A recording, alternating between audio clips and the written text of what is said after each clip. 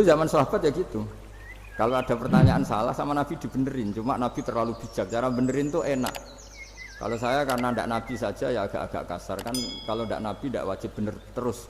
Yang wajib bener terus itu Nabi. Saya beri contoh ya. Nabi itu ngendikan tentang kiamat. Kiamat itu dahsyat, mengerikan gini-gini. Kalau pikirannya orang kampung itu begini, Nabi ini aneh. Cerita kiamat dahsyat tapi nggak ada tanggalnya, ada tahunnya. Harusnya ada dong biar kita bisa persiapan. Sehingga Nabi disomasi di tengah-tengah khutbah itu, ya Rasulullah mata saat. Karena ini orang Bedui, Nabi nggak dengerin, diulang lagi. Mata sa'ah ya Rasulullah. Ketika Nabi mengabaikan itu ada dua kelompok sahabat, yang satu bilang lam yasma, Nabi tidak dengar sehingga mengabaikan. Yang kedua bilang sami'a wa kariha, Nabi sebenarnya mendengar tapi tidak berkenan.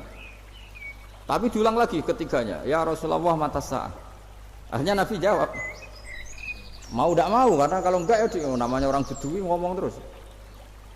Nabi balik tanya, ya karena cara berpikir dia kalau kiamat itu jelas kapannya kan bisa persiapan nih. Paling enggak pas mau kiamat terus pas ngaji Quran apa kan bisa persiapan itu. Akhirnya Nabi balik tanya, ma'atatalaha. Kalau kamu berani tanya kiamat, lalu persiapan kamu apa? Ya terus orang itu bilang masyhur itu, ma'atatulaha kabira sholatin wala siyamin wala kadza wa kadza walakinni uhibbuka. Saya sebenarnya tidak punya persiapan ya Rasulullah, cuma persiapan banyak puasa ya enggak, banyak sholat enggak, tapi saya mencintai engkau. Masyhur itu jadi hadis paling legenda, almar'u ma'aman ahabba, sebagian disebut anta ma'aman ahbabta. Ini kata semua sahabat yang di masjid. Si Bedui ini orang paling dibenci sahabat karena mengganggu Nabi saat khutbah, tapi akhirnya ini menjadi orang paling dicintai sahabat karena barokahnya itu hadis itu keluar secara terbuka, almar'u ma'aman ahabba. Sebagian riwayat yukhsyarul mar'u ma'aman ahabba, nanti orang akan sowan sama Allah bersama orang yang mereka cintai. Nah, itu sahabat-sahabat fama farihu ba'dal Islam farahahum biadal hadis. Mereka tidak pernah senang setelah masuk Islam sesenang hadis ini. Karena kita tidak perlu soleh-soleh banget, cukup menyintai orang apa? Soleh gitu. Makanya saya sekali bilang itu ya, kadang-kadang saya jadi orang alim itu ya rugi. Ruginya tadi.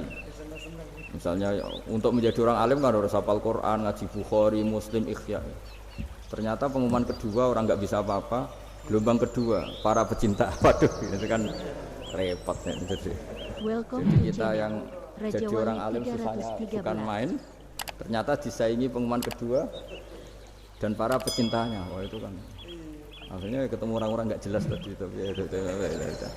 Nah itu ya termasuk farah dalam Islam, farhatul aidin. Jadi senang itu di Islam itu ibadah. Ya kul bi fadlillah wa bi rahmati fa bidzalika falyafrahu. Senang itu diperintahkan Allah. Saya itu sering di kamar, kadang itu nyuwun sewu kayak gatelan gitu, apa itu. Ya agak kukur-kukur terus merengut saja malu. Malu saya itu dilihat Allah kok kayak agak ridho itu malu. Ya kayak tadi lah, kamu dikasih rumah gratis, kemudian pas yang ngasih datang kamu kelihatan cemberut, itu yang ngasih kan mangkel. Jadi dikasih gratis masih cemberut. Sama hubungan kita dengan Allah itu semuanya dikasih gratis. Makanya tabassum, senyum itu ibadah. Kita yang nekuni ilmu hadis, betapa hebatnya Nabi ngendikan, kalau kamu tidak bisa ibadah yang berat-berat, cukup ibadah senyum. Kadang ngendikan tol qati wajhin, kamu cukup berwajah yang indah, yang menyenangkan. Tabassum, senyum. Kalau kamu tidak bisa membalas jasanya orang yang ngasih, minimal kamu senyum, lihat minimal kamu kelihatan seneng gitu. Makanya seneng itu sudah ibadah. Dan sekarang orang untuk seneng aja susah, karena bawaannya nuntut orang lain supaya kayak keinginan dia, bawaannya nuntut, ya ribet. Kalau gitu ya ribet. Makanya saya bilang al ilmu yurisul ahwal, ilmu itu diperkuat. Nanti yurisul ahwal, ilmu itu akan membentuk Anda. Dulu beberapa raja itu ya mau luhur karena jadi raja, punya apa saja. Tapi punya penasihat ulama, itu adalah nasihat itu sederhana. Ada seorang raja tanya ke kiai, gimana dengan semua kerajaan saya? Wah, padahal dia punya apa saja. Jenengan miskin sekali, itu kerajaan seluas ini. Kok bisa ya?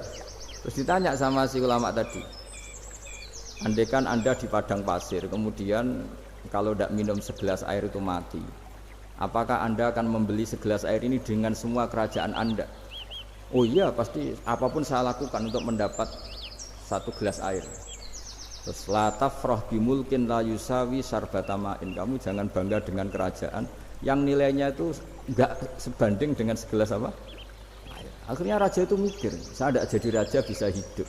Tapi kalau enggak minum air mati. Berarti penting satu gelas air. Akhirnya lama-kelamaan ini anggap kerajaan itu biasa, ternyata enggak sepenting segelas air. Ya seperti kita lah, misalnya orang enggak punya alpat itu enggak malu. Tapi kalau nggak punya celana itu malu. Kamu mau punya alpat tapi nggak punya celana? Kan nggak mau. Yaitu ilmu. Ilmu itu yurisul akhwal. Ilmu akan melahirkan satu perilaku.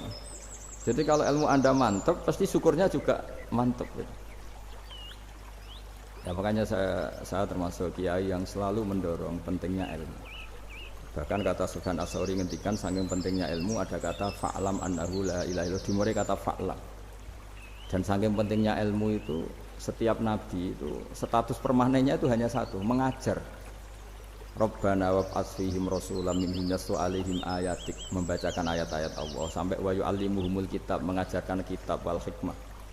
Bahkan Allah sendiri wasofa dzatahul 'aliyah bi annahu al-muallim. Yaitu Allah ngendikan Ar-Rahmanu 'allamal Qur'an. Jadi betapa hebatnya pengajar. Allah sendiri mensifati dirinya itu Ar-Rahmanu 'allamal Qur'an.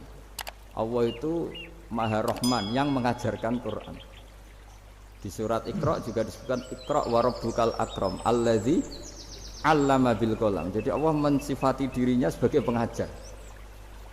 Kayak apa pentingnya mengajar? Karena al-ilmu yurisul ahwal. Ilmu ini melahirkan satu sikap.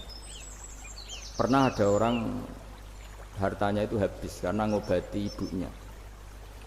Terus datang ke saya, dia sumpek karena hartanya habis ngobati ibunya. Terus dia bilang, Gus saya ini sekarang sudah miskin karena ibu saya sakit dan harta saya habis untuk ngobati ibu saya.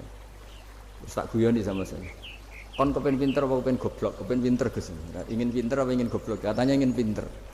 Kalau ingin pinter bahasanya jangan gitu. Harta kamu itu masih di akhirat karena habis untuk ngobati ibu. Bayangkan kalau habis untuk maksiat itu habis betul. Terus dia mulai syukur. Alhamdulillah Gus, harta saya habis secara heroik karena untuk mengobati apa ibu. Sudah pinter dia, akhirnya miskin sampai sekarang ya tetap pede saja karena masih punya tabungan di akhirat. Dan itu saya terinspirasi oleh ilmu juga.